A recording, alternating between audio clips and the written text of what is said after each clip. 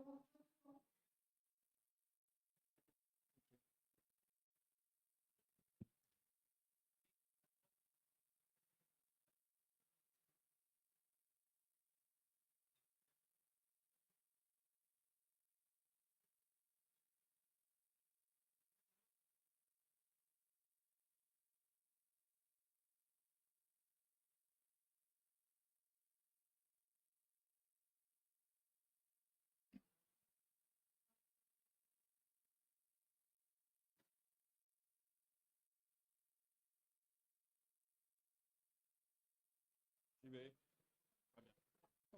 On va faire un exercice à blanc.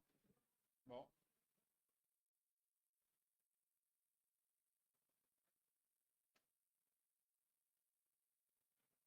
Ouais.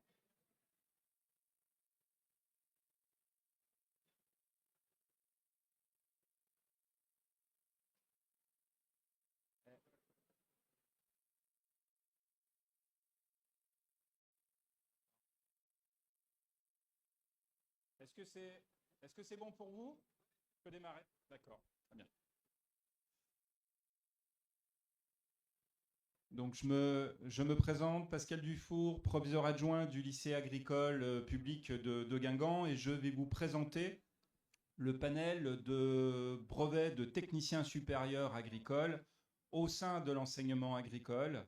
On va voir que ça représente une large offre de formation, puisqu'il n'y a pas moins de 16 BTS agricoles, et donc je vais vous faire une petite présentation.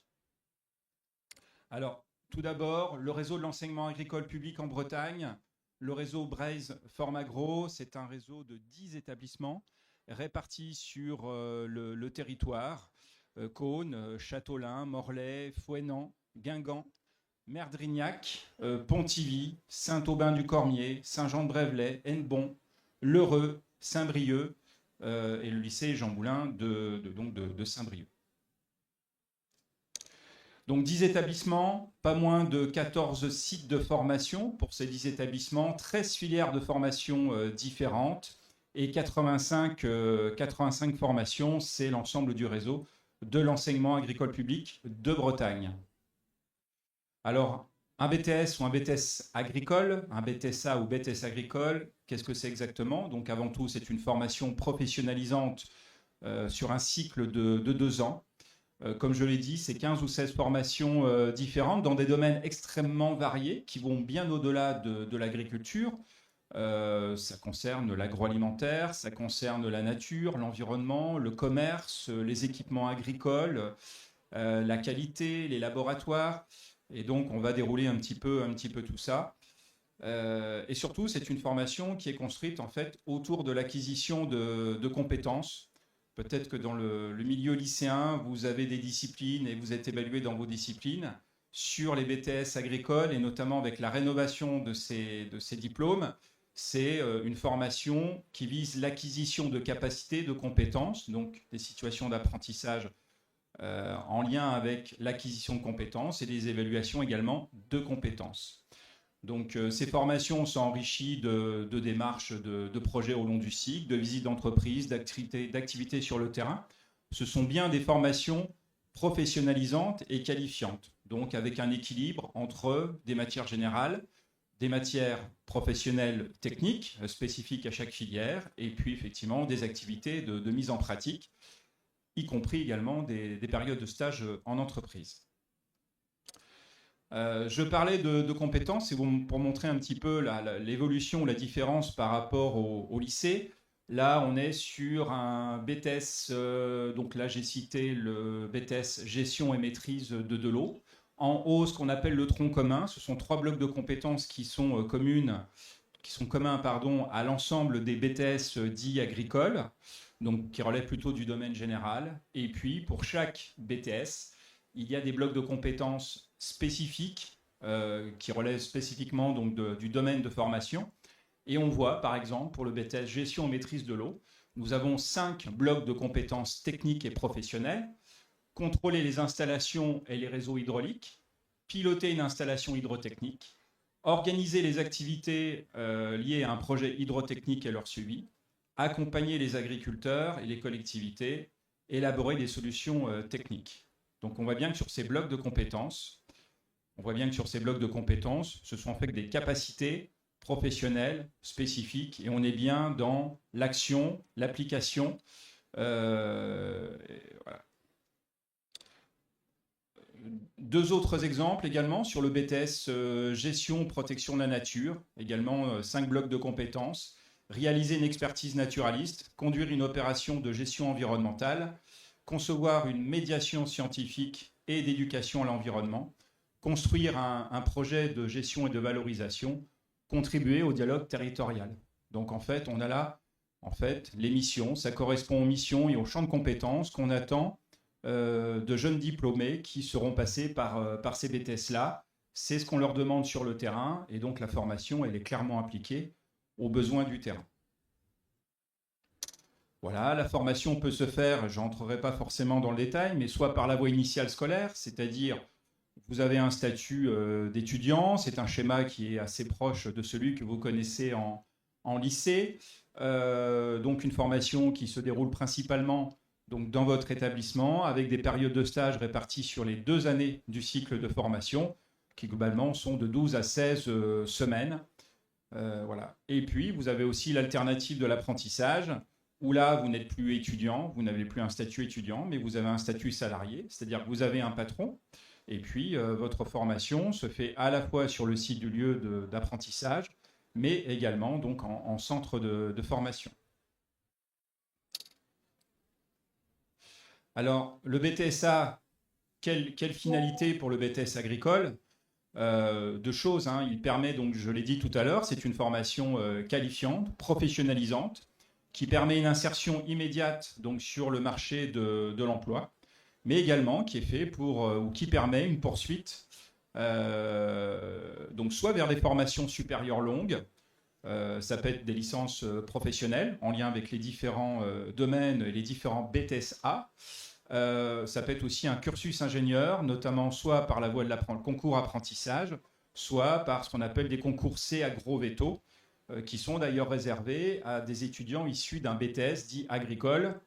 Voilà, donc la poursuite de formation après un BTS agricole est tout à fait possible. Je donne un exemple concret.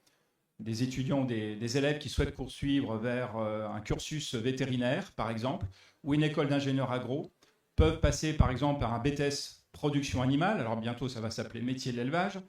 Et donc, à l'issue de leurs 2 ans de BTS, pouvoir donc, se présenter à un concours en fin de 2e année, un concours qui est simplifié, c'est-à-dire c'est une épreuve écrite de synthèse et un entretien de motivation avec un jury, et ensuite faire 1 année de classe passerelle de mise à niveau avant de pouvoir rentrer soit dans des écoles d'ingénieurs, soit dans des écoles vétérinaires, en fonction des résultats obtenus tout au long de cette année de classe passerelle. Donc, pour bien montrer qu'après un BTSA, on est opérationnel pour aller sur le terrain, mais également, on a des possibilités de poursuivre vers ce qu'on appelle des formations supérieures longues. Voilà. Il y a aussi tout un panel de possibilités sur des formations supérieures mais courtes, qui ne sont pas des formations diplômantes à proprement parler, mais ce sont des certificats ou des certificats de spécialisation, des certificats de qualification professionnelle. Je ne vais pas les citer, il y en a tout un panel. Ce sont des formations courtes en 1 an qui délivrent effectivement une compétence très spécifique. Voilà, alors un BTSA, vous avez le statut étudiant, mais vous êtes formé, vous évoluez au sein d'un lycée, donc dans un cadre au lycée tel que vous le connaissez. Dans l'enseignement agricole, on est plutôt sur des établissements à dimension humaine, puisque les effectifs varient entre 200 et 500 élèves selon les établissements, en tout cas pour l'enseignement agricole public. Ce sont des classes à petits effectifs, en général entre 20 et 25 étudiants. Donc ça permet un encadrement pédagogique de qualité. Des enseignants qui sont à l'écoute des étudiants, notamment par rapport soit à leurs problématiques scolaires, mais également leurs projets professionnels et leurs projets ou de poursuite d'études ou d'insertion. Voilà. Et puis, comme dans tout lycée agricole, il y a donc des internats. Les étudiants peuvent aussi bénéficier, pour certains, d'une solution, on va dire, d'internat, d'hébergement au sein du lycée, ce qui peut être aussi une facilité appréciable.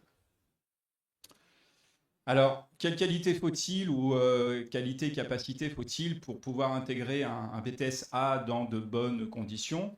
Bah, déjà, il faut avoir une bonne motivation pour la formation et le domaine que l'on a retenu. Le projet professionnel, à ce titre, il est important. Il faut avoir une idée déjà assez précise quand on intègre la formation. Après, ce projet va se préciser dans les mois qui suivront et durant la formation.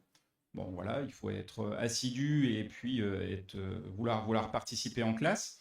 Et puis surtout, il faut être autonome, avoir déjà des méthodes de travail et puis être capable de fournir un travail personnel important, puisque par rapport à l'échelon lycée, on va vous demander un petit peu plus et ça va être beaucoup plus exigeant.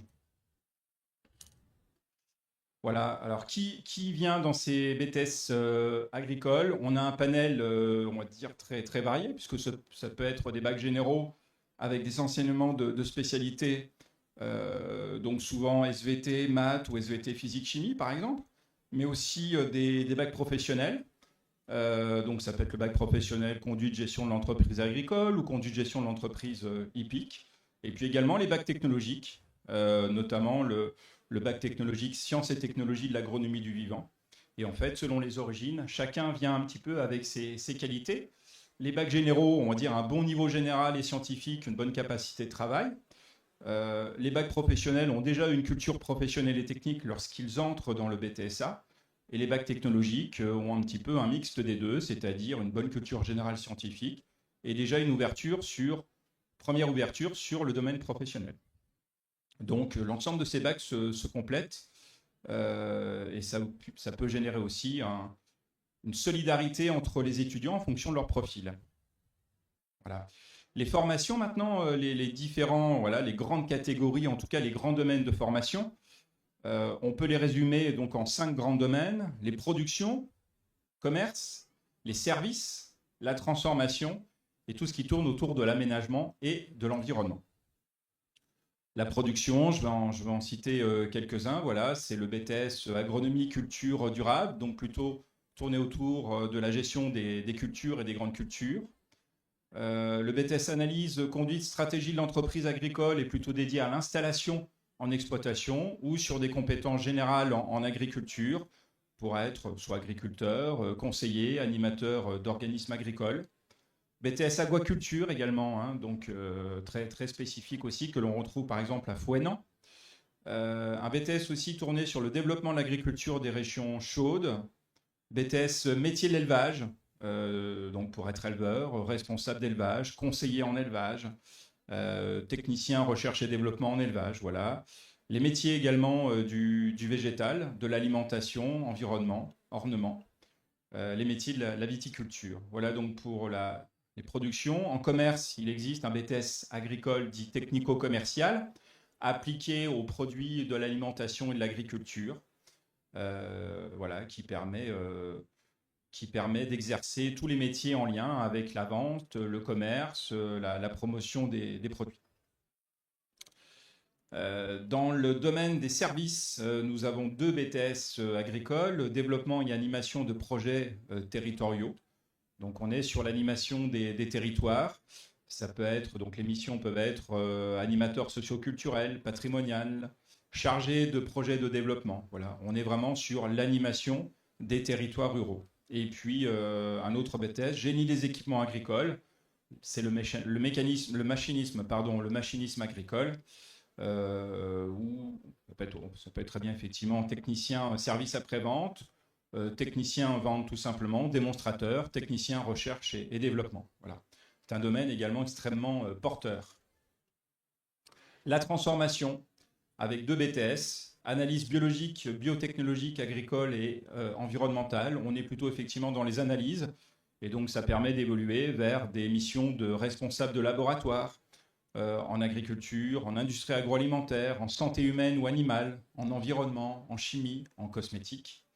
Et un deuxième BTS également, qualité alimentation, innovation et maîtrise sanitaire. On est plutôt là en lien avec la production, avec les processus. Donc on peut être responsable de production, on peut intervenir dans la recherche et développement de nouveaux produits. Ça peut être des missions également autour de la qualité des produits alimentaires. Voilà, donc on est plutôt là sur le volet industrie agroalimentaire, soit la partie production, un volet qui est plutôt production, soit un volet qui est plutôt qualité des produits. Et le dernier, la dernière grande catégorie ou le grand domaine, dernier grand domaine des formations, tout ce qui tourne autour de l'aménagement et de l'environnement. 4 BTS notamment, aménagement paysager pour être technicien paysagiste, responsable d'espaces verts, jardinier paysager, gestion et maîtrise de l'eau, principalement alors en milieu rural, on est plutôt sur l'hydraulique agricole, mais on peut également parler d'assainissement en milieu rural, voire en milieu urbain. Voilà, on est sur un BTS gestion de l'eau, mais qui est davantage appliqué aux problématiques rurales. La gestion forestière également, pour être technicien forestier, animateur forestier, technico-commercial ou acheteur dans le domaine du bois ou des équipements en lien avec le bois. Et puis le dernier BTS en lien avec l'aménagement et l'environnement, la gestion et la protection de la nature, où il y a à la fois un volet animation et promotion de l'environnement, sensibilisation à l'environnement, et un volet qui relève plus de la protection et de la préservation. Mais ce dernier BTS, donc gestion et protection de la nature, forme effectivement à ces deux volets. Voilà. Des exemples de parcours après un BTSA. Là, un exemple avec Vincent qui a fait un bac technologique STAV et puis ensuite qui a fait un BTS production animale. Il a ensuite pu rejoindre une école d'ingénieurs agro à Bordeaux et aujourd'hui est conseiller au Crédit Agricole. Voilà. Paulin qui lui a fait un bac général, donc un bac S, donc scientifique, suivi d'un BTS production animale, et lui a poursuivi donc sur une licence professionnelle conseil en élevage laitier dans une école supérieure d'agriculture, et aujourd'hui il est technico-commercial dans une usine de production d'aliments pour animaux. Également Titouan qui lui est passé par un BTS gestion et maîtrise de l'eau et qui aujourd'hui est technicien dans un bureau d'études de gestion donc de la qualité de l'eau. Voilà, deux autres exemples également.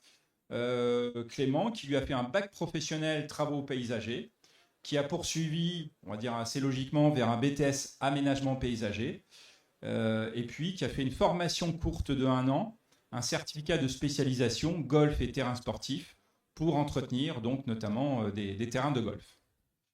Et enfin, Céline, qui elle a fait un bac général, scientifique, est passée par un BTS production animale et a pu intégrer une classe préparatoire pour ensuite intégrer l'école vétérinaire de Maison Alfort, donc voilà, pour se former au métier vétérinaire.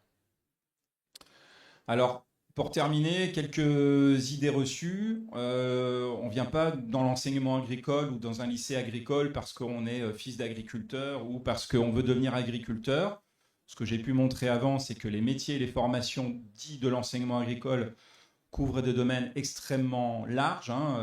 L'agriculture, certes, mais aussi la nature, l'eau, la forêt, l'industrie agroalimentaire, le soin aux animaux, les cultures, les végétaux, la qualité en laboratoire et également des métiers autour du commerce. Donc, je le rappelle, 15 ou 16 BTS agricoles différents dans des domaines qui vont bien au-delà, on va dire, de l'agriculture. Autre idée reçue, alors dans les établissements de l'enseignement agricole, il n'y a que des garçons. C'est complètement faux. Dans le lycée d'où je viens, lycée agricole de Guingamp, il y a globalement 2 filles pour un garçon, voire presque 3 filles pour un garçon. Donc les demoiselles, les filles ont tout à fait leur place dans l'enseignement agricole. Il faut savoir que sur les BTS agricoles, au niveau national, il y a plus de la moitié de filles qui sont dans les BTS dits agricoles. J'ai par exemple 2 BTS au lycée agricole de Carnilien, un BTS production animale. Il doit y avoir 3-4 garçons sur une promotion de 25 étudiants. Donc majoritairement des demoiselles, en sachant que beaucoup d'entre elles espèrent effectivement pouvoir continuer vers une classe passerelle et intégrer soit une école vétérinaire, soit une école d'ingénieurs agro. Voilà. J'en profite pour dire que ce BTS production animale, par exemple, c'est un BTS qui a plutôt une connotation scientifique, et donc qui facilite la poursuite d'études. Il y a d'autres BTS agricoles qui ont aussi cette connotation scientifique. Je pense au BTS génie des équipements agricoles, où les sciences sont importantes, ou le BTS analyse biologique, biochimique, plutôt laboratoire, où effectivement la physique-chimie, les maths aussi, on conserve toujours une place très, très importante. Voilà. Dernière idée reçue, la plupart des métiers du secteur agricole demandent peu de qualifications et sont souvent considérés comme une voie de garage pour ceux qui échouent dans leur scolarité. Bah, c'est parfaitement faux. Les BTS, et notamment les BTS agricoles, sont des formations qui donnent une véritable expertise, qui sont qualifiantes, professionnalisantes, qui permettent soit effectivement une insertion immédiate sur le marché de l'emploi, avec de vraies compétences, mais également qui permettent une poursuite d'études, donc soit sur des compléments, on va dire des certificats de spécialisation de courte durée, en 1 an, soit sur des formations longues, ça peut être licence professionnelle, voire des cursus d'ingénieur. À partir du moment où on est motivé et qu'on a un dossier qui est correct, on peut tout à fait poursuivre ces études. Voilà. Je termine enfin, donc là je rappelle le réseau de l'enseignement agricole public en Bretagne, donc 10 établissements qui sont rappelés ici et voilà, plusieurs journées portes ouvertes qui vont être organisées à partir, on va dire, de la mi-janvier pour les premières. Donc n'hésitez pas effectivement à aller. Alors on a un site, voilà, je ne sais pas si vous le voyez tout en haut à droite, donc Braise Formagro. Et un lien, alors je crois que je l'ai alors juste après, et ben voilà. Formagro.fr, donc là c'est le site internet où on retrouve l'ensemble des établissements et des formations de l'enseignement agricole public de Bretagne, donc avec les 10 établissements et l'ensemble de leurs formations, qu'ils soient après le bac ou avant le bac. Et donc vous retrouverez toutes les informations à ce sujet, si à un moment vous voulez faire une recherche par thématique. Voilà, je vous remercie. Merci. S'il y a des questions, j'y répondrai. Alors, je reprends les grandes lignes parce qu'il y en a qui sont arrivés en retard. On a donc une personne qui a fait une conférence, qui est du lycée Carnilien, un lycée agricole, et qui a présenté des formations supérieures après des bacs. Ça peut être le bac technologique STAV, ça peut être un bac avec des spécialités scientifiques, ça peut être d'autres bacs, c'est très ouvert. Il y a une possibilité de continuer après le bac avec un BTS A, un BTS agricole, donc un brevet de technicien supérieur en production animale, etc. Après les BTS, vous pouvez poursuivre vers des écoles d'ingénieurs. Vous avez la production, vous avez le commerce, vous avez, pour ceux qui aiment la nature, l'aménagement et l'environnement, hein, travail dans les forêts, tout ce qui a trait à l'aménagement des paysages, etc. Et donc, si vous avez des questions, c'est le moment. Donc, Monsieur Dufour a présenté également les établissements qui se trouvent en Bretagne, hein, les lycées agricoles. On peut également passer par le lycée agricole, par des BTS, pour aller vers les études de vétérinaire. Voilà, donc il y a plein de perspectives, ingénieur agronome, véto, tout ce qui a trait à l'environnement, les paysages, la forêt, etc. La production animale, donc évidemment tout ce qui est aussi de l'ordre de l'alimentaire. Et si vous avez des questions et que voilà, ça peut être intéressant de vous informer. Merci, Monsieur Dufour. Et puis si vous avez des questions, allez-y. Est-ce que vous avez des questions? Vous faites quoi comme bac actuellement? STI 2D, pareil. Et vous là-bas? Commerce? Commerce, c'est possible. Hein, il y a... Monsieur Dufour peut reprendre. Le commerce, il a aussi sa place dans les produits, on va dire, de l'agriculture et les produits alimentaires. Je dois avoir un petit exemple là pour vous montrer. Alors, voilà. J'ai dû passer un peu vite. Voilà, commerce. Donc, on a un BTS dit technico-commercial avec des options hein, selon les établissements. Les options peuvent être différentes. Les biens, les services pour l'agriculture, tout ce qui est vin, bière, spiritueux, l'alimentation et les boissons, les produits de la filière forêt et bois, et puis l'univers jardin, les animaux de compagnie, notamment par exemple dans les ganes verts, les points verts. Donc voilà, le commerce, il a tout à fait sa place, soit en relation directe client, soit vis-à-vis effectivement des entreprises. Et puis je rappelle juste qu'effectivement, ces BTS-là, alors vous avez le statut d'étudiant, sauf que vous êtes dans un cadre lycée et non pas universitaire, et donc vous bénéficiez d'un encadrement de proximité. Vous êtes sur des classes à petit effectif. On vous accompagne dans votre orientation. Donc c'est voilà, c'est on va dire, un environnement un petit peu cocooning auquel vous êtes habitué. Certains choisiront de faire le grand bond vers l'université, mais ce n'est pas tout à fait le même cadre. Là, vous êtes étudiant, vous avez bénéficié en 2 ans d'une formation qualifiante qui vous permet de poursuivre des études et, on va dire, avec un encadrement pédagogique qui est extrêmement étroit. Voilà. Je vous remercie.